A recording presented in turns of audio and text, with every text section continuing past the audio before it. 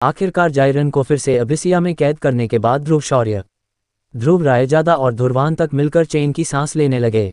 वहीं पर यावत दल के साथ साथ पूर्वी, पश्चिमी और उत्तरी दिशाओं से आए दल वाले भी चैन की सांस लेकर अंदर ही अंदर खुश होने लगे। चारों तरफ खुशियों का माहौल तैयार होने लगा। अबिसिया आए इन 3 सुपर योद्धाओं की तारीफ चारों तरफ गूंजने लगी और लोग कहने लगे, आखिरकार जाहिर हार गया, अब तो जश्न की तैयारी होगी। लोगों के बीच खुशियों का माहौल छाया हुआ था कि तभी ध्रुव शौर्य को आयामों में कुछ हलचल महसूस होने लगा और अचानक से उसने देखा कि आयामों को चीरकर 7 रोशनियां उसके सामने धरती से टकराए और धीरे धीरे 7 आकृतियां उसके सामने प्रकट होने लगे। उन आकृतियों को देखकर ध्रुव एक पल के लिए जम गया और फिर उसकी आंखों से खुशी के आंसू बहने लगे।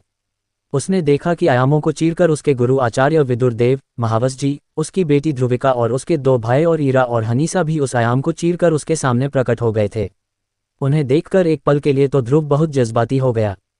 फिर वह दौड़कर गया और आचार्य को प्रणाम किया। वहीं महावस जी को भी उसने प्रणाम किया और अपनी बेटी ध्रुविका को गोद में उठाकर कहा, बेटी तुम कैसी हो। ध्रुव ने महसूस किया कि ध्रुविका की शक्तियां फिलहाल 6ठे स्तर के विद्वान जैसा हो चुका है। वो देखकर ध्रुव हैरान हो गया कि इतनी कम उम्र में वह भी कभी इस तक नहीं पहुंच पाया था।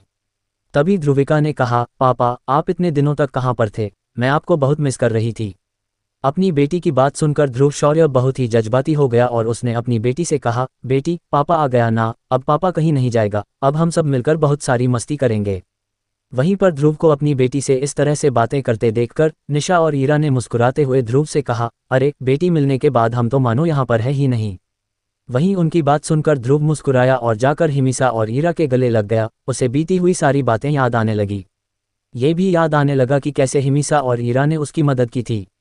वहीं पर छोटू ने जब ध्रुव शौर्य को अपने परिवार के साथ मिलते हुए देखा तो वह अंदर ही अंदर बहुत खुश हुआ, लेकिन फिर वह निंजा की तरफ देखकर थोड़ी सी मायूसी के साथ बोला, निंजा ध्रुव भाई का परिवार तो आ गया है, लेकिन मेरे परिवार वालों का क्या, उनका तो कोई पता ही नहीं है।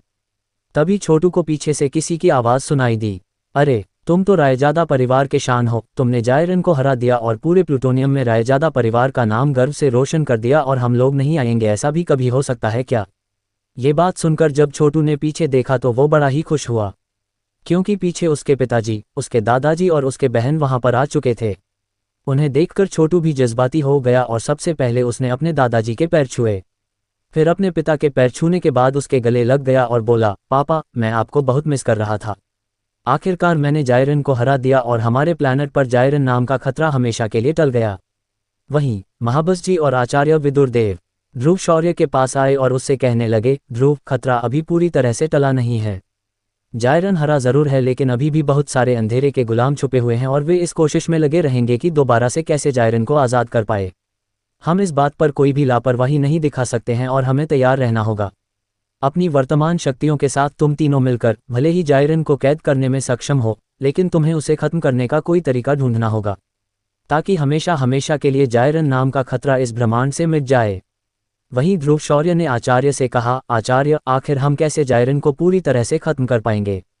ध्रुव की बात सुनकर विदुरदेव ने ध्रुव से कहा, मुझे कुछ प्राचीन पुस्तकों से यह जानकारी मिली है कि जायरन को मारने के लिए शक्तिदेव स्तर काफ़ी नहीं है। ध्रुव शक्तिदेव का भी 3 स्तर होता है।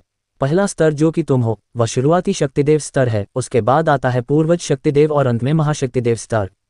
हालांकि